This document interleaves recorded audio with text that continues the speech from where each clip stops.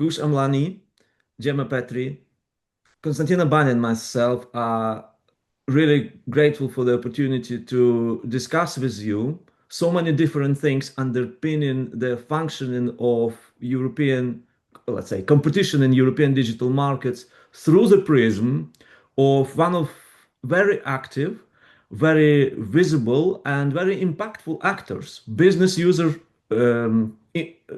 access seeker, you act in different capacities, Mozilla. So today's conversation is an attempt for us to do a really lab experiment. So we want to do by reverse engineering your expertise, we want to understand better what's going on. Let me pass the floor to Konstantina. Thank you so much for taking the time to talk to us today. Perhaps we can start by asking you what are the relevant core platform services to Mozilla? What are the most relevant digital activities and why the DMA is so important for you? Just to set the scene. Good question. I can kick things off with that. I think it's helpful to start talking a little bit about who Mozilla is to sort of set the context here. Just to introduce myself briefly, I am a researcher at Mozilla. I work on a lot of our competition issues right now, but for many years actually led the Firefox user research team, so I've been on the product side as well. And Mozilla is really quite unique. So we're owned by a nonprofit. And so this means that we're not purely driven by commercial incentives, but also by a mission. And our mission is to keep the internet open, accessible, and user-focused. And so we pursue this mission in various ways, but this includes things like building innovative technology and then working to shape the broader ecosystem that we operate within. So we build free open source products like Firefox, which you're probably familiar with, and it's powered by our own independent Gecko browser engine, which is only one of 3 remaining browser engines. And our funding model really relies on our market share. So Firefox funding comes primarily from search revenue, but it's supplemented by other products, so privacy-preserving subscription products like VPN and our advertising business. And so the operating system and web browser core platform services are certainly the areas that we're most focused on. We're an independent browser. We're directly competing against gatekeepers inside their walled gardens. So we're really trying to advocate for a level playing field for independent browser makers like ourselves to be able to be successful. So this includes things like user choice, making sure that people can actually find and then select Firefox as their preferred default browser. And it also includes things like interoperability, so ensuring that we can really offer the best possible version of our products across all platforms. And because we're a nonprofit, we are taking a really wide view of what we advocate for. And so we're advocating for competition across the entire digital ecosystem. And so this is why we invest a lot of our money and energy looking at research that can help advance the broader understanding in this space. And do I assume correctly, when you say research, do I also, if I understand correctly, do you also mean behavioral economics? So how users engage with choice screens, for example, which are also relevant to the DMA? That's correct. Yeah. So we do all sorts of research. We have extremely technical engineers who are doing cutting edge research in their development work. We do research, as you mentioned, in terms of behavioral economics that can help us understand the dynamics at play and sort of how we're operating. We do research related to that is really focused on how people are experiencing these things. What is the sort of full ecosystem and the experience from making one decision all the way through the end of those user journeys. And we also, as in our foundation, have an arm of our larger business or larger nonprofit that is funding all sorts of other research through grants and things of that nature. So it's quite broad. Great. Sorry, Oz, you had a question? Yeah, I wanted just to clarify from the very beginning. There are engines and engines. Maybe Kash, you can explain to us combining, because we have a long list of questions. Maybe combining 2 questions. The first one: what's the difference, kind of commercial difference between just browsers and browser engines? What browser engines can do which normal light version of browsers cannot? And why it is important to preserve let's say, plurality in this digital multiverse to have at least three browser engines, and maybe combining it with the answer to the question when the DMA proposal has been present to us a couple of years ago, 5 years ago, as a kind of Christmas gift. Which aspects of obligations were of particular interest for you as competition lawyer and expert? Sure. Well, excellent question on browser engines because it's not the most obvious thing for the ordinary consumer or even someone working in digital markets, but they're an incredibly important technology that underlies the browser. So it's actually some of the most complex software there is. If you have your phone, for example, the browser engine is probably the second most complex thing in it after the operating system. You know, it's hundreds of millions of lines of code. It requires really deep technical experience and a lot of money to maintain. And as you said, there are only three left. So there's Mozilla's Gecko, which is our browser engine. There's Google's Chromium, and there's Apple's WebKit. And so there's only three browser engines left. There used to be five in 2013, and Opera gave up theirs to move to Chromium. And then 2019, Microsoft, which is obviously a $3 to $4 trillion company, also gave up their browser engine and chose to build on Chromium as well. And the reason we didn't make that switch ourselves is because actually having a browser engine really allows us to not only try and reflect our values in the world, but to build the world that reflects our values. And so it allows us to really build the capabilities of the internet that we think how it should be, which is open and accessible to all with privacy and security at its heart. Because browser engines, what they do is also give you a seat at standards tables and allow you to help determine the capabilities of the web. And so it's a very important technology, both from a standards perspective, but also in itself. I mean, the browser engine determines a lot of the speed and security and privacy functionality of the browser. And then the browser is built on top of that engine. And as we move to agentic AI, we anticipate that a lot of things will still be done on the web. You know, if your agent is booking your flight for you, or if your agent is undertaking something on your behalf, that will still be done on the web. There'll still be an engine somewhere in that transaction, and therefore it's a really important technology. And competition remains incredibly important there, both for security, privacy, but also choice as well, giving users choice. So that's kind of a very short answer to quite a complex question on browser engines. And then on your second question about the DMA and what are the ways that we were thinking about the DMA and what's important in there for us. Well, I mean, Gemma laid it out really nicely that there are kind of two key barriers to competition from most business users, but especially for browsers. One is choice, so getting users to be able to adopt your browser, especially if you're not pre-installed as the operating system browser, which obviously we are not. And secondly, it's interoperability, so being able to provide the best version of your browser. So being able to provide all the features, functionalities, innovation that you would like and bring them to market. And that's important because for both of those things, you're dependent on the operating system to be able to do that, both to surface you or to deny you, to hide you away, depending on where you're looking, and to give you access to the features and functionalities of the operating system that you need, the APIs. And so that's why it's really important. And that's where the DMA really comes in because, there's a whole number of obligations that we think are incredibly important for browser competition from, 6.3, which is obviously choice screens and default settings, to 6.7, which is general interoperability, and Article 5.7, which is interoperability for browser engines specifically. There's plenty of others as well, but those are three of the really key things that we were focused on when the DMA came into effect. And if I may, just a quick comment here, because I think it would be useful for the audience if we brought to their attention the findings of the CMA report on mobile ecosystems on pre-installs and default settings. I mean, you mentioned that you're not the pre-installed browser, but that's for a reason. It's because the gatekeepers made a choice to pre-install their own services, which is obviously a case of self-preferencing. And because these markets suffer from customer inertia, because we have this behavioral predisposition to choose what's there, people tend not to switch to another browser. And this is why we have the choice screens obligations in the DMA. Yeah, exactly right. Really well summarized, Constantina. Can I just another quick question just to jump? You also mentioned 6.7. We had a specification decision last year. So I wanted to ask, maybe we will discuss some details later, but overall, what should be our impression as observers? How effective this mechanism was for Apple and how effective it could be for Google specification proceeding in Article 6.7? So we've heard a lot about specification decisions and just how, from gatekeepers about how painful they can be to go through that process. But when you look at what's come out the other side, I think it's incredibly valuable.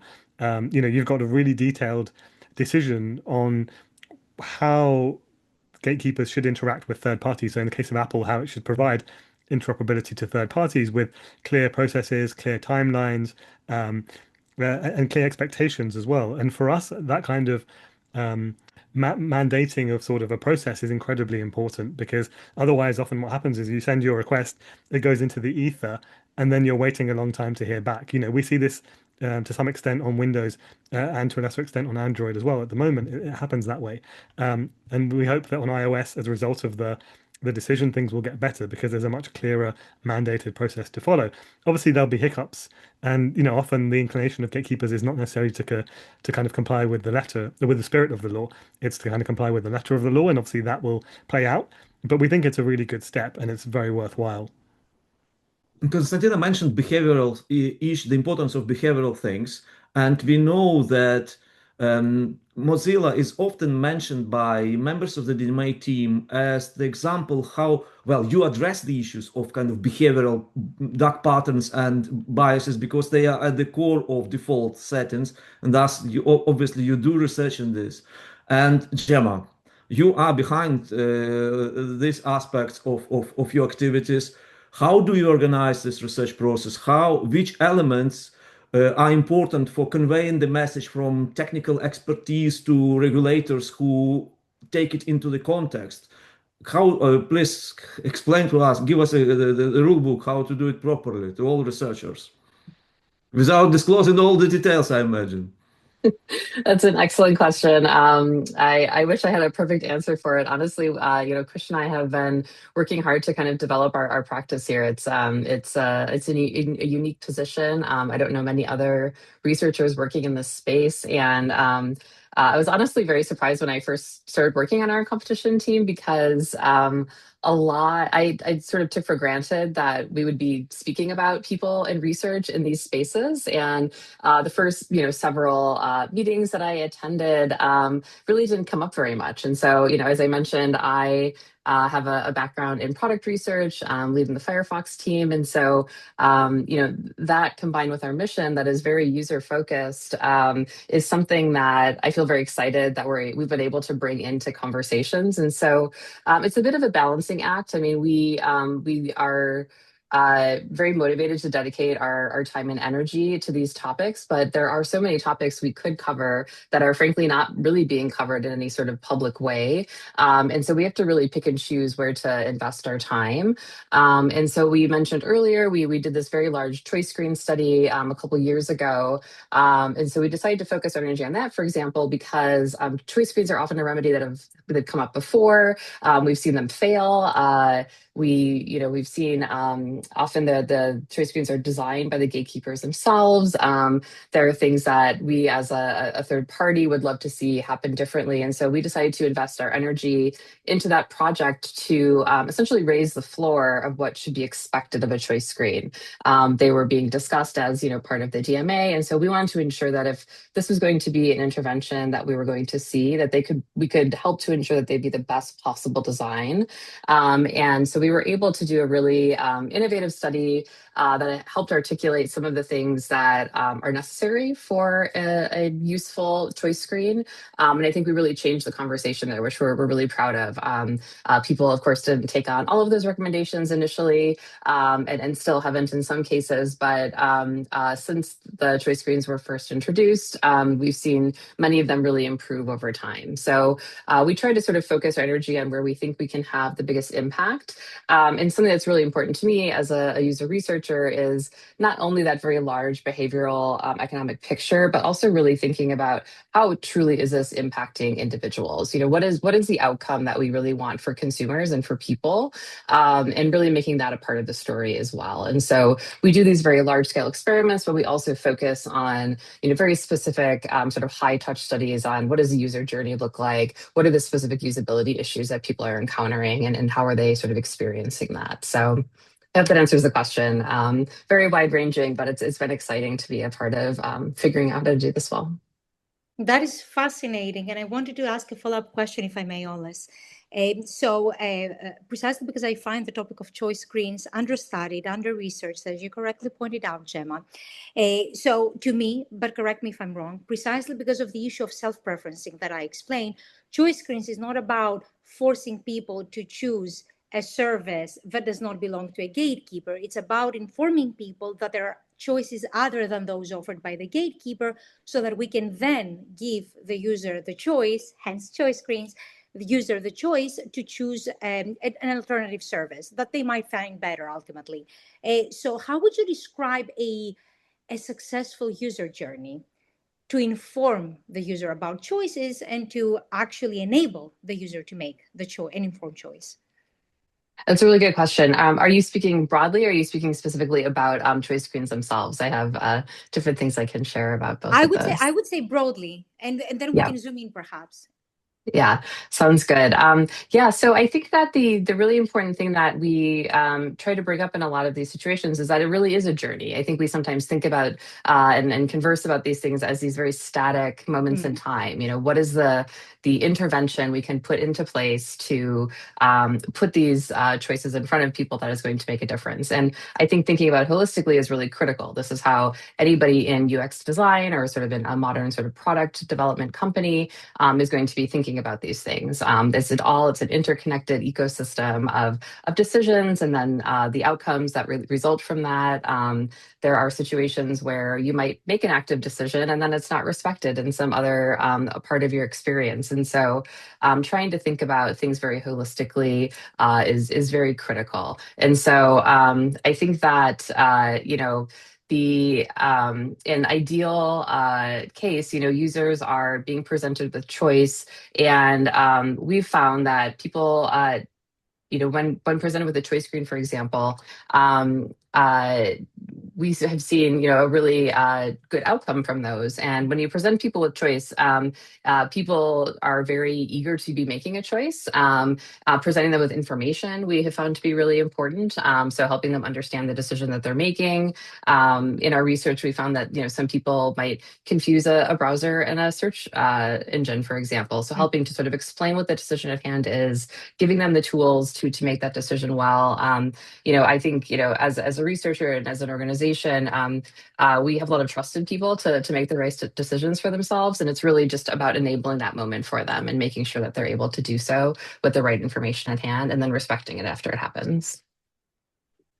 And if you look at the first years of the DMA, Kush, do you see that and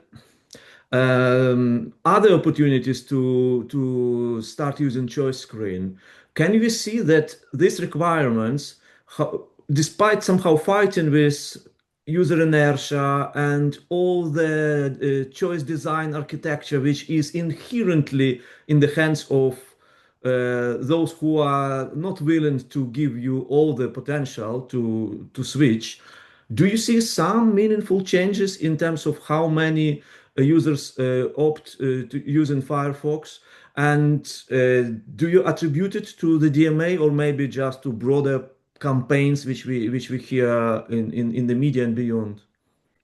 Yeah, so I can definitely answer that, and I think the thing I would start with is to tell you that someone in the EU chooses Firefox via a DMA choice screen every 10 seconds, and for us that's huge. That's every 10 seconds someone coming to Firefox, thanks to an intervention that wasn't there before 2024, right? So it's kind of, if you think about all the years we've been present and how hard it's been to compete, this is fantastic. The people are getting choice and they're exercising that choice, and not just for Firefox, for other browsers as well. And that's great. And what that means for us is that, for example, on iOS, our daily active user number has doubled in the last 3 years.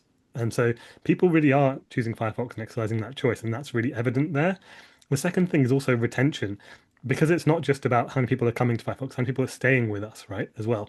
Retention via a choice screen is incredibly high. And so what that shows is that choice screens have also aligned with people's choices. They've made decisions that they wanted to make, and then they've stuck with it. This is what our research kind of showed in theory, but the data really backs that up in practice as well. And we published that data, and we'll publish more data in the near future as well. So I think the evidence is there, and other browsers have reported similar kind of huge increases in as a result of choice screens. I think the other That changes. is really That is really surprising to me, Kush, especially the retention rate, because sometimes we make the mistake after being bombarded with the same message and we choose as a default service, a service that we didn't want to use in the first place, and then we go back and correct the mistake. But apparently here in this case, it's not a mistake. People stay with the service that they chose because they were presented with choice. Exactly. And there are some factors around this as well. Like, first of all, we're talking about the browser choice screens here, which have had huge impact. Secondly, it's also the change that Apple made maybe about 18 months ago and Google made recently, which is what we've been calling the hot seat. So that's the fact that when you select your browser in the choice screen, initially what would happen is it would just download to page 13 of your apps or whatever, right? So you'd have to scroll through and find it. So when you click on a link, in general, it should open in the default browser, which would now be Firefox, say if you chose Firefox. But if you were just trying to, access the web, the thing in your dock would still be Safari or still be Chrome. And so, of course, that would have undermined, usage of the browser, even though someone had made an active choice. Because not many people would necessarily know how to make that switch themselves, or even go to the effort of dragging their app 13 pages back to the front. And so the fact that that's now automatically done in DMA choice screens is huge as well. And we expect that that's made a big impact on the kind of retention and the usage as a result. So it's not just as simple as kind of having a good choice screen. There's so many things around it that, to Gemma, as Gemma said, the kind of holistic experience that needs to be right to have this sort of impact. But thanks to kind of enforcement over a period of time, we're now seeing this impact, which is really exciting for us. It also means that, as a company, we're very excited about what's happening in Europe. We're excited about investing as well, because the other thing is that governments everywhere are looking for investment and looking for growth, right? Especially in Western Europe, in the West in general. And that doesn't have to come from big tech data centers, right? Like it can come from different areas and different companies, and innovation can come from all over. And so it's exciting when companies are seeing growth because of intervention and are therefore more excited to invest in those markets as well. This is also a very important point, and this is, I think, where a lot of the polarized debate on the DMA comes into, because many will say, well, the DMA is likely to reduce the gatekeepers' incentive to innovate, but we tend to forget about the balancing exercise that had already been struck before the DMA was adopted in terms of allowing others to innovate, which we should not be forgetting, especially in relation to choice screens and browsers. Can I also ask you in this conjunction about the situation with the UK, which is also a trendsetter in many respects in this regard, both regulatory-wise, but mainly, I should say, research-wise. There are some current consultations on conduct requirements for Google, and my understanding is that the interest of browsers is not necessarily of alternative browsers is not necessarily always in line with the interest of alternative search engines. Um, is there can you reflect upon this divergence, or it's something which would probably lead us to the invitation of people from alternative browser ecosystem? Yeah, no, really happy to answer that. So, I mean, one thing I should really underline is that, as a kind of open source and non-profit company, and also as a browser developer, right? We are customers of search engines, and we have multiple search engines available within Firefox that you can switch easily. So for us, having a competitive search ecosystem is actually a very good thing. It's very important. It allows us to provide better quality of alternatives and higher, more monetizable alternatives to our users. So that would be an ideal state. We would like better search competition in general, and we definitely support that. So at that level, we're completely aligned with search engines, especially alternative search engines as well. One of the areas that probably is worth kind of bringing out a bit more is what that means for default search agreements, because I think that's a bit of what you're getting at and a bit of what we've discussed in the past. And one of our concerns has been that when enforcers or regulators try and fix search competition, what they can end up doing is accidentally undermining browser competition by impacting independent browsers like Firefox. We have a default search deal with Google, for example, because we think that's the best search engine for our users. But we offer easy ways to switch, as I mentioned already, and you can really see for yourself. It's used often by search engines as an example of how browsers should allow switching within the browser. That's been our model for many years. Although we switched to Yahoo back in 2014, and we switched back in 2016 because actually we found that it wasn't high enough quality and we were losing users as a result. And so what we ask is that when you have interventions in the search market, what they do is they target the real issues, but they don't inadvertently undermine browser or browser engine competition by hurting these independent third parties. And so that's really the kind of a critical point that I think is sometimes lost, that nuance is sometimes lost. We would love to see better search competition, and it can be done. It doesn't need to be done at the expense of browser competition. So there is a solution. You see, you can somehow instruct the DMU in terms of how to do it in a way which would minimize the implications on browsers in this regard. Yeah, I mean, the DMU actually, to their credit, have recognized this for quite a number of years and have said that, we can see ways through. We don't necessarily, we understand the potential harm to independent browsers and smaller browsers if we're too heavy-handed with our, or we're misguided with our interventions. And that's in some of the mobile ecosystems market study and the mobile browsers market investigation as well. It's kind of there in some of the documents. And so what they're proposing at the moment, as you all know, is kind of, a combination of kind of search choice screens, and some other interventions as well. And so we'll see how those go. But what we would like to see is obviously higher quality alternatives in the search market, and obviously some of the supply side remedies around, data, access to data, and so on will be interesting to see how they play out. Obviously, I mean, I think just today or yesterday, the Commission is also consulting on a specification decision around click and query data. So again, these things will be interesting. Obviously, there are trade-offs, real trade-offs about with privacy that have to be very carefully worked out. And we have some concerns about, how you can share click and query data without undermining privacy. But there's no doubt that there's a way through, and there are things that you can do to allow search competition and allow search engines to improve in quality as well, and to give users search choice, within Chrome on Android and so on, which is kind of what's proposed both in the US and in the EU and soon in the UK. Kush, you touched on privacy, and this is something that is worth discussing in more detail. Before we get to that, precisely because you mentioned that we need to preserve browser competition, do you identify, or have you already identified, any gaps in the DMA that you think need to be filled in the context of the DMA review process, for example, with respect to browser competition? Yeah, I mean, there are some gaps, but mainly I think they're down to kind of enforcement rather than the text of the DMA. So I can start with one big gap, which is desktop, which is in the DMA, right? Windows is in the DMA. Mac OS is currently not in the DMA. I understand that they don't meet the threshold, but maybe that will change over time. But the thing is that there's been no real enforcement on desktop, and so we've not really seen any impact there. And obviously, Edge was actually a CPS. It met the requirements, and then the Commission chose not to designate Edge, and that's currently under appeal. And if Edge were designated, then there would be an obligation for Windows to show a choice screen for browsers, which again could have huge impact, like we've seen on mobile. So I think there's a huge gap between what we're seeing on mobile and what we're seeing on desktop. And the other big thing about desktop that I think is lacking is also enforcement against some of the dark patterns and deceptive design that is deployed, especially on Windows. And again, I can bring in Gemma here, but there's a whole research report that we commissioned from researchers, which included the researcher Harry Brignall, who invented the term dark pattern, many years ago, and his colleague Kenneth Bowles. And they looked at Windows, and they looked at all the different ways that Windows undermines user choice through deceptive design. And they concluded that there were a range of very easily fixable issues that have not really been addressed yet. And so that's one big gap. And then the second one I would talk about is AI. And again, I think a lot of the tools actually are already there. It might be a controversial opinion, but I think, virtual assistants are a CPS in theory, and how you define that, how you enforce that is really a question that probably the Commission needs to decide, and maybe eventually a court.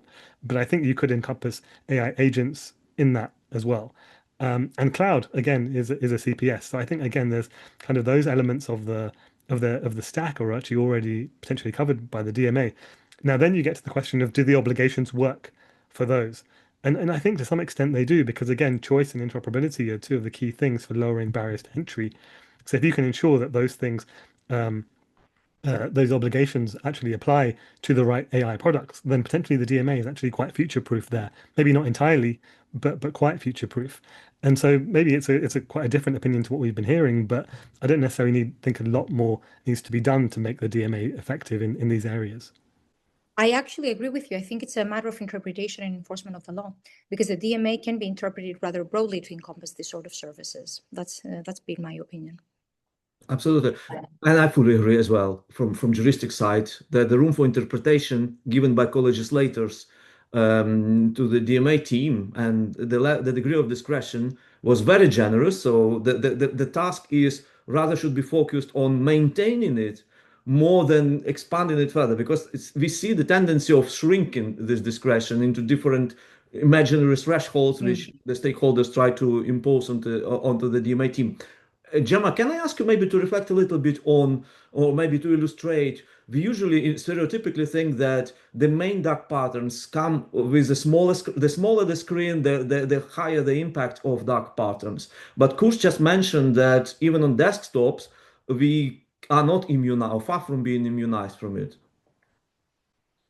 That's right. Yeah. We have observed dark patterns or deceptive design on all sorts of form factors for sure. And so thinking about the Microsoft report, which is called Over the Edge, we have it linked in our website with our research. The researchers found that Microsoft is really using coercive and deceptive patterns throughout the user journey that is trying to steer people back toward edge. So these are things like pre-selection or trick wording that are trying to move people into the products that that Microsoft would like them to choose, their own products. And then we found that even after users set a different default, many of the system level features like taskbar search and Outlook continued to open links in Edge when we were evaluating Windows at the time. And the patterns are really persistent over time, and they made it really hard for people to make a choice and then stick with and maintain that choice. Microsoft is really sort of overriding the choices that people were trying to make.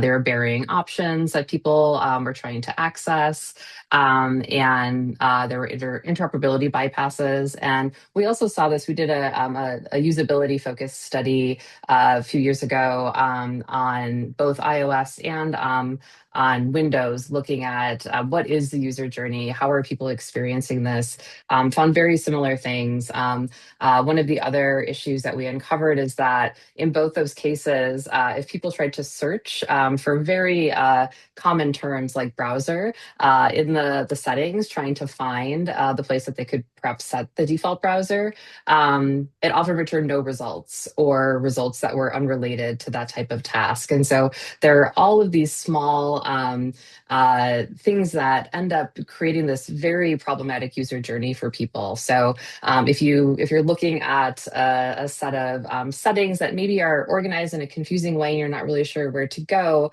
it's very natural to turn to search. And then if that fails, you have people just kind of roaming around in the search and trying to find, as best they can where they need to go. And it's really just trial and error at that point. And that's, in my opinion, kind of absurd at this day and age. We have all these affordances for helping people find information, and stacked together, it creates a situation where people are not able to exercise their choice. This actually makes me think that Kush was right in the sense that if we had designation decisions in relation to desktop, the DMA would be able to address the dark patterns identified by Gemma. Because obviously in the DMA, we also have the anti-circumvention clause. A lot of people think that dark patterns are only addressed in the DSA or in consumer protection regulation, but dark patterns are very much addressed in the DMA through the effective compliance clause and the anti-circumvention clause. Absolutely. Yeah. We would love to see more attention given to desktop. Yep. Shall we move on to the privacy section and talk a little bit about this rather controversial issue, I would say? Let's move on. Let's move on to privacy. We know that privacy is very often used by privacy advocates in this kind of the more the better modality. And now we start learning that privacy can be also used as a very omnipotent toolbox to avoid compliance, or let's say minimize. Let's not necessarily use the term circumvent because it would attribute non-compliant. Let's say the business model of using privacy as defense, as a shield against compliance. And these are two extremes. The truth is somewhere in the middle, but much closer to one extreme or another, I imagine. So how do you see the main problems related to privacy there are also aspects, DMA-related aspects of privacy, not only using privacy as a shield. Also, there are problems with, let's say, so that was 6.11, but when we're talking about 5.2, it's privacy from the opposite perspective. So let me invite you to reflect upon this. So privacy and competition, I think, have always been really intertwined, and it's quite hard to separate them sometimes. And what we've seen is that sometimes privacy is used to undermine competition, and competition is used to undermine privacy. And I'll give you an example of each.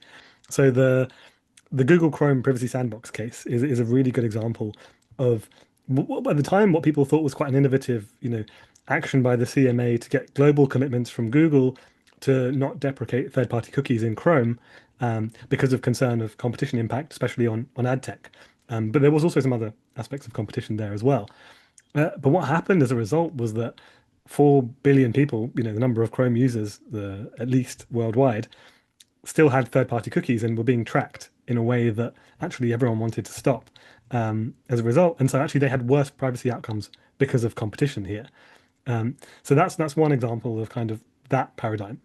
And then if you switch it, what you can also get is kind of worse competition outcomes because of kind of privacy arguments, and security I would throw in there as well. And I would definitely remind you that Mozilla, our manifesto, I think is Principle 4, says that privacy and security online are fundamental and essential to kind of to people's experience online. So it's really part of the reason why we exist. And so actually we compete on privacy with all of these companies, including Apple, and we compete on security as well. And so actually competition can improve these things. I think you can have competition that actually improves privacy and improves security, because you're both lawyers, and I'm sure you agree with me that competition, that privacy and security are parameters of competition, right? And so what you can have is competition that actually improves those. Instead, what sometimes you get is security arguments used to undermine competition, or privacy arguments used to undermine competition as well. And as you were alluding to, Oles, sometimes there's a grain of truth there. There is some truth to it, that there will be some trade-off. And sometimes the question is, what level of trade-off are you willing to kind of live with, and what is the real impact of that? Now, if I take browser engines as another example, that's one where, as we've already discussed, Article 5.7 of the DMA deals with. The CMA looked at it in the mobile browsers market investigation as well. And actually, there's also a line about it in the US v. Apple complaint that was filed by the DOJ a couple of years ago. Now, the CMA looked at this really carefully, because Apple has argued that, for security reasons, we don't do this. We don't give third parties access, this level of access. And the CMA looked at it and basically concluded that we couldn't find evidence to support that the privacy and security concerns laid out by Apple were actually justified. And so it kind of shows you that actually when you scrutinize some of these arguments, sometimes they do fall away. And so in some cases they are valid, some cases they are not. But you've really got to have the expertise to be able to get in and understand them. And that means not just that means engineering expertise, it means obviously legal expertise as well, to be able to really get in and understand. Because otherwise it's very easy for companies to kind of use competition to undermine privacy, or use privacy to undermine competition. But when we talk about this very colorful 10-second example, every 10 seconds a new user downloads Firefox. Are we talking about Firefox, the light meaning of browser, or are we talking about? I understand the former, yes. So there is still a challenge for you to have browser Sensu Lato being available on both iOS and Android. Yeah, that's right. So that stat relates to people choosing Firefox via a choice screen under the DMA. But that doesn't mean that there are not barriers. Like, these interventions are quite precise and have had impact, thanks to enforcement, thanks to research from us and others as well. And so they've had impact, but there are still barriers both on Android and on iOS, and obviously on Windows, as we discussed as well, to people choosing Firefox, and to kind of us being able to provide the best version of Firefox. And we've talked about the WebKit restriction a little bit, or alluded to it, the fact that if you have an iPhone anywhere in the world right now and you download Firefox, it's not fully Firefox, right? Like, underneath the skin of Firefox is still WebKit, Apple's browser engine. So all that money, all those engineers that we invest in to build this great version of Firefox is not at your fingertips. You're not benefiting from that innovation or that security because of that restriction. And in theory, the DMA should deal with that. Mm-hmm. So if I as a gatekeeper give some tiny portion of my big pie to a company who is just doing browsing in terms of pretty much intermediation, still sitting on the engine of either Apple or Google, it's not an existential challenge. Whereas if I do something which if I give an opportunity to install uh, Mozilla Gecko, that's a completely different story because basically I give you a ticket to kind of to the premium club where you can start being much more powerful in terms of what and how you learn about users. Yeah, it doesn't necessarily impact how we learn about users. It more we still, I mean, and the telemetry and the data we collect is available online. We're very public about it, so you can find it anywhere. So it doesn't give us, well, it actually doesn't give us more data about users, but what it does is allow you to benefit users by getting all of that work that we invest in, the features and functionalities, etc., that we invest in. That's really the benefit. The benefit to us is that it achieves our mission because we build this browser engine to create an internet open accessible to all. And so if someone uses that, that helps us to achieve our mission. So that's really the benefit to Mozilla and the benefit to users. And essentially, it's about securing competition at the upstream level, right? Where browser engines sit. Correct. Yeah, exactly. Because But how also, I mean, do that's you a do- security point as well. Just very quickly on that, is that often going back to security, what you'll hear is that that will undermine security. But actually, there are many areas where actually our security provisions within Gecko are more advanced. And there's an example of this called Spectre. And I think OWA did a good write-up of this. Open Web Advocacy did a good write-up of this a while ago, where Mozilla and actually Google in Chromium did a lot of work to deal with this vulnerability by creating something called site isolation, which means that all of the different parts of your browser and the sites, each tab is kind of very separate from each other, and in a separate process. And basically, Apple was much slower to do that and still hasn't fully implemented it, and therefore is more vulnerable to this kind of attack. And there's some academic work on this as well, which again OWA have linked to. But it shows that actually we compete on security, and you can improve your security by improving competition. And just a quick question, just for my clarification, for my better understanding, would this be also the case in competition in the area of ad tech?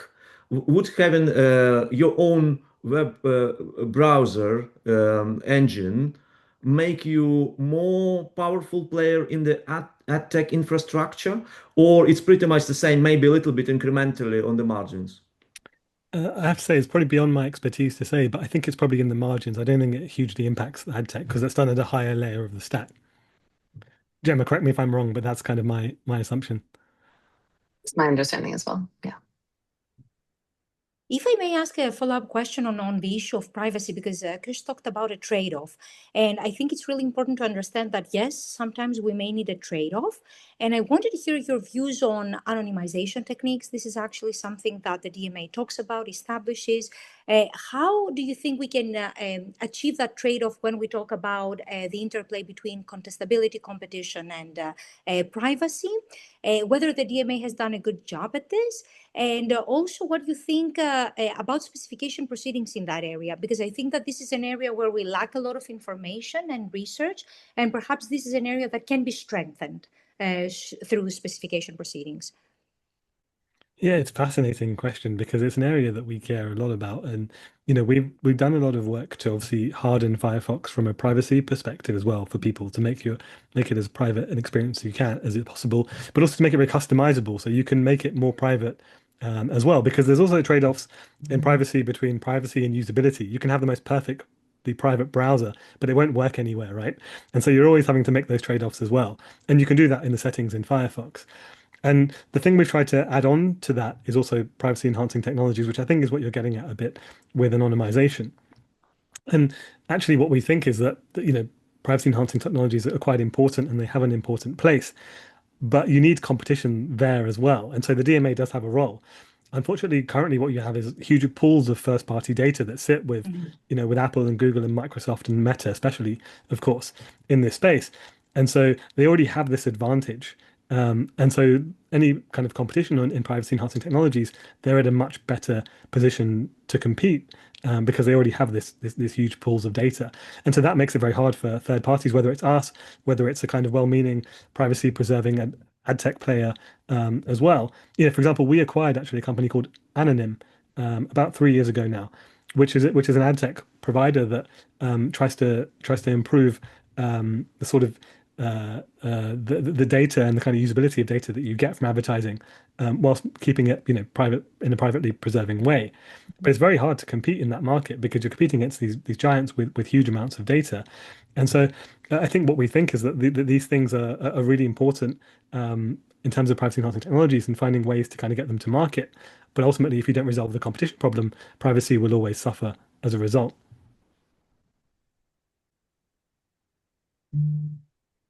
If you look at the specification at the specification procedure, we have this preliminary finding publication. Obviously, nobody has time to process it in full. But if you look at it, at least in passing, I see that the Commission talks about the principle of equivalence. So basically, you cannot use the privacy washing argument if you yourself are engaging in a similar type of activities, and you cannot somehow preclude other access seekers from this. I think that's quite an ambitious formula. I don't know, and maybe this DMA GDPR guidelines will clarify matters on how anonymization process could be done. Maybe it's a question to you, Konstantina. I think you are focused on these things more than three of us. Actually, I'm not sure what Gemma and Kush think. I think that we need more empirical research in this area, and we need more information about the user journey. And we need more information from gatekeepers that would enable, for example, as we know, gatekeepers are expected to share results of A/B testing or consumer surveys they may conduct. And we have not seen any of that in the compliance reports, to the effect that the regulator cannot be properly informed, to the effect that business users cannot be properly informed so that they can bring a case to the Commission. So I think that, yes, we have the principal debate on the interplay between the GDPR and the DMA, but we also have the practical debate about anonymization techniques and about the level of personal data that is needed to be able to compete. And this is where I think there is a lack of information and understanding for the reasons I explained. I'm not sure whether you agree with me, guys. It definitely is. Yeah, sorry, go on, Joe. Oh, sorry, I didn't mean to interrupt. I just wanted to plus one that I think that in a lot of areas we see this lack of visibility, and the compliance reporting that we've seen has improved over time, but there's still a lot that a lot of questions we have about the understanding that people might have about how actual end users are experiencing some of these things, and the lack of visibility into things like A/B testing or any of the research that the gatekeepers are conducting is a big issue. Let us revert to enforcement. And I wanted to pick, maybe it's a little bit kind of heterodox question I wanted to ask you. Namely, we are learning, yes, so the DMA is kind of, there is no canonical books on how to do the DMA. The Commission is pioneering this regime, very ambitious, very enthusiastic team, and they are delivering. Obviously, we shouldn't transpose it into some tangible results from day one, etc., but they are on this learning curve. And one of the things is that it also affects not only the kind of vertical trajectory between communication between Commission and gatekeepers, it also how you communicate with the Commission, of course, and you show one of the best examples mentioned by the Commission itself. It is probably also, I imagine, how you communicate with gatekeepers, because they are often portrayed, particularly in the beginning of the DMA era, as kind of demons. And some people say, well, that's the road to bigness. The bigger you become, the less humanistic, perhaps, or other way around, maybe. The bigger your perspective of humanism is different. Anyway, that's a philosophical question. I wanted to ask you a practical question. Do you see that you can find a meaningful compromise in terms of how they comply, where they invite you or you invite them for a dialogue without showing details, where they can say, okay, what do you want? Tell us what you want, and maybe if you comply with this in the way how you want us to comply, maybe just stop pushing us on other things which are less important for you and more detrimental to us, how important it is for you to know which buttons to push, etc. So this kind of sociological aspects of of this trajectory of regulatory dialogue. So this theory that everything is a negotiation is interesting. I mean, from our perspective, we talk to the commission as you mentioned, and we try and provide them. I mean, one of the purposes we think we exist as a team is partly to advance understanding in the space, to provide research and evidence that assists, enforcers, regulators, and governments to understand competition policy and how to intervene in markets, to have better remedies to begin with. So that's one of our main goals and why we kind of exist. But so we talk to the commission and we talk to the kind of working teams and have good relationship there. And we have some relationship to some extent with gatekeepers, but maybe less than you suggest, or less, and there's less kind of direct interaction than that for sure. We put our research out there. We're always open to talk to gatekeepers. We don't necessarily get much engagement, and after a while, you kind of stop asking the question because you kind of hit a lot of closed doors, right?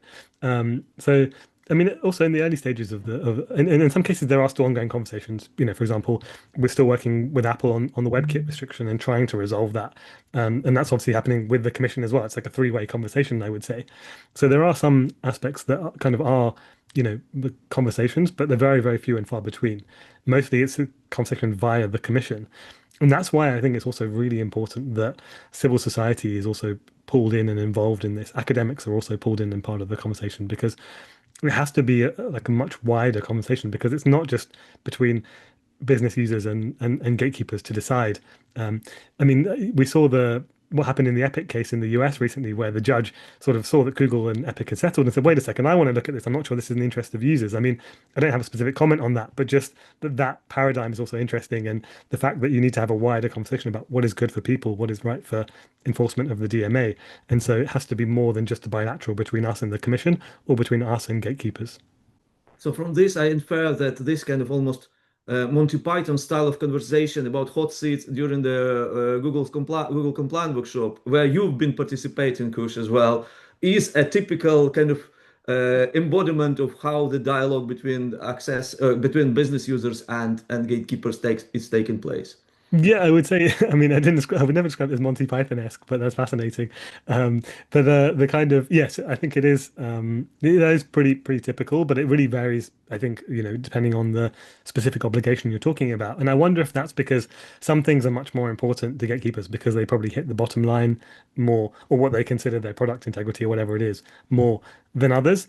And so for them, in some of their minds, I'm sure it is a negotiation about what they're willing to concede. And on some, they're more willing to have a conversation, and others, they're really not. So I think it really depends on the obligation and the gatekeeper, and it can change by obligation even with the same gatekeeper.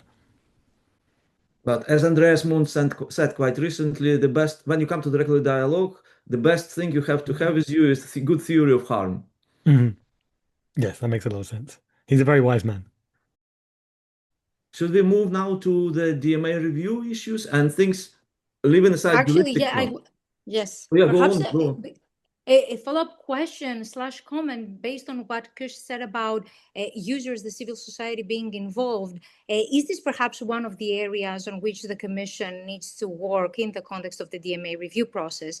Because as you know, Kush and Gemma, we have the high-level group on the DMA, and this group comprises many different regulators, including consumer protection organizations, consumer protection associations, regulators, sorry. And this is where I would like to see more. I would like to see more involvement on behalf of consumer associations. I would like to see more, not only in terms of complaining what works, what doesn't, but also more in terms of bringing research to the high-level group and also to the Commission to explain barriers to user journey, whether the DMA has facilitated choice, where there is friction, what needs to be fixed. So what do you think about this aspect, and what could potentially be done in the context of the DMA review process? So I totally agree with what you said, and I'm sure Gemma has thoughts as well. So I'll be quick, but I think that definitely involving a wider range of experts is really important. You mentioned sort of data protection and consumer protection authorities as well. critical, like very, very important because they bring an important perspective. To take another example, we saw when the Information Commissioner's Office in the UK was more involved in the Google Privacy Sandbox case, privacy became a more important part of the kind of reports that were coming out, and it was much more kind of well understood as part of that. That shows you the value of having that different perspective. Behavioral science, we've come a long way, I think, in the last 4 years in the EU on understanding behavioral science and its role in the DMA. There are now behavioral scientists in the DMA team that weren't there before. Arguably they should have been, but it's great that they're there now and they're doing very important work. What are the other areas where in 5 years' time we'll be saying, why didn't we have someone there? I mean, for me, I think you want to have engineers, AI experts for sure, as a very basic level. Seems like it's pretty critical to have that level of expertise. And then you want to kind of think, who else is not in this room? I think that's always a good question to ask: who is not in this room and who should be? And the NCAs are another one that I think could have more involvement. We had this really exciting conference in Amsterdam hosted by the ACM, if you remember, about 2.5 years ago on the DMA, saying, we want to be involved. We're here. The message was clear for us business users. NCAs are kind of excited about the DMA and keen to kind of be involved as much as the legislation allows them to be. I think I would love to see more of that as well. And pass over to Gemma. Yeah, and Yeah, I actually, think sorry, go ahead. yeah, I just wanted to mention that we have the conference debrief of this very event with Martin Snoop and Fiona Scott Morton. So I probably should put a link. We should probably put a link to this because they have told us how important this communication was. Sorry, Gemma. Oh, no, it's fine.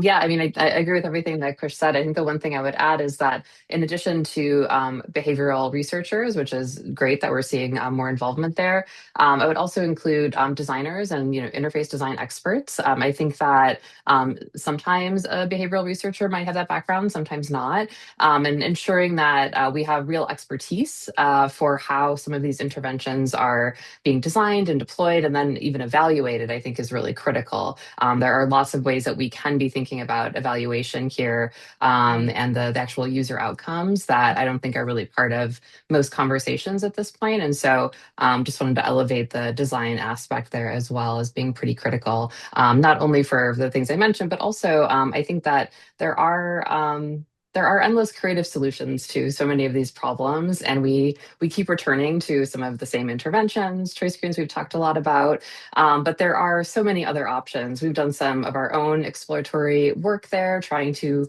come up with different concepts and think through and do some light testing about how people might receive these. But there are endless ideas, and it'd be great to see more of that design work being part of this process and other types of sort of regulatory efforts around the globe. I would have so many questions for Gemma right now, and I'm just trying to think of what to ask first. But go ahead, Oles. Yeah, maybe I wanted to ask you maybe about your expectations from the next phase. So the system is getting more mature now, and the institutional setting itself takes a lot of time now. We are probably in the phase where things become more predictable in terms of how the system will be functioning in the future, particularly with this milestone of DMA review. What should we expect from this review? Formal and informal aspects of DMA review, metaphorical part of the DMA review. Should we just expect the same things being done, but a little bit quicker, or maybe with greater scale? Or we are happy with what's going on and should just manage our expectations, or some people should? Or there are some things which have to be improved? What do you expect from the following year? So I'm notoriously bad at predicting the future, but I'll have a go. So I think that speed will definitely be something that will be focused on. Because if you think about the forces that are at play here, on the one hand, you've got gatekeepers who have been saying that as part of their response to the review, either directly or through kind of their mouthpieces, that the DMA should be repealed, DMA has failed, etc., right? Like you're hearing that. On the other hand, you've got MEPs who are saying, wait, we wrote this law, we passed this law, it's not doing what we intended it to do. You need to be enforcing it. You need to be doing it quicker. Some successes like browser choice screens and some other ones, but actually there's a lot more that needs to be done. And the question is kind of which vision will prevail and who's got control over that. And I think from our perspective, we're really hopeful that there'll be some focus on, where is the DMA actually not, so on scope, where is the DMA not being enforced and where does it need to be enforced better, like desktop, like in AI. We've seen the announcements about cloud designation happening as well, so it's a good start. But these markets are moving so quickly that by the time you finish a designation decision, who knows where we'll be, what agents can do now, what Mythos 6 is doing by then, like who knows, right? And the other thing is also that speed, I think, is a really important one in terms of enforcement. So I think those two things will come out of it, hopefully. And maybe that will help with also the simplification, narrative that we've got this regulation when no one necessarily is arguing that it should be doubled in size or scope. It should just be enforced quickly. Surely that's in everyone's interests, so that people have legal certainty and users can benefit from what the DMA was intending to do. It's a legal certainty is double-edged sword, as we all know. So I understand why the Commission tries to be so scrupulous with what they're doing in terms of protecting their back from most competent, most elegant, well, not most, but one of the top-tier lawyers team who can pick up and amplify and caricaturize ad absurdum any procedural bias or ambiguity or substantive indeed, and thus. What do you think? When the first wave of judgments will start being adjudicated or cases will be adjudicated in courts? Do you think the courts will be more sympathetic to the commission or will pick up more kind of the defense side? So my hope is that they will look at what the DMA was intended to achieve, and will look at how the commission is implementing that, and whether that's fair or not, and whether that is interpreting the text of the DMA correctly. It might be there are some things where, like the edge designation, where I'm not sure that was exactly right. The non-designation of edge rather, and that's under appeal, and it'll be interesting to see what happens there. In other cases, like there are other things being appealed that are a bit harder to predict. So yeah, and we know in general that the court, has been more deferential to the commission than not in antitrust in general, right? Like that's an overall trend. But in terms of what specifically happens for the DMA, I think it's new territory, and who knows which way the court will actually be thinking, which way the judges will be thinking. I think that's quite hard to predict. I don't know if you both have views. I'd be interested if you have particular views on kind of which way Luxembourg will go. I would think that the court will follow the same approach it did with respect to antitrust cases. But instead of deferring to the commission on the economic analysis, it would be deferring to the commission on the technical analysis. The thing that the court would like to see is, of course, substantiated decisions, which I think we have seen, at least in the context of designation decisions, because this is the area where we have a wealth of case law. We have several decisions where we see where the commission wanted to go. With respect to non-compliance, I think it's too soon to tell. And it really depends on whether the court will agree with the commission's interpretation of the law, whether we need more economics in the arguments presented by the commission. So I think this is a gray area yet. But I think that with respect to designation, the court in most cases will agree with the commission. Again, though, I'm notoriously bad at predicting the future, so let's see what happens. Let me ask maybe the final question. You are in this kind of community, communicating with so many different stakeholders, and thus you understand, you sense where there is an opportunity for students and those who are in the earliest career of the stage of their career to contribute. Obviously, they have to be experts in their own field, but they probably have to have some additional skills and features which are of greater demand. What would be your recommendation to students, Gemma and Kush? So I mean, I'll kick off and then we'll pass to Gemma. But the fact that Gemma and I are in a team working on the same thing, and we come from very different backgrounds.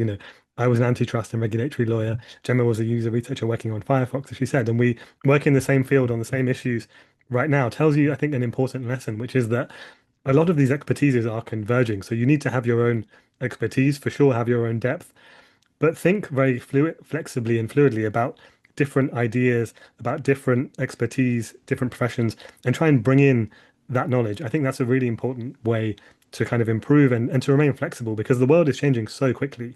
The world of work, the world around us, the world of technology especially.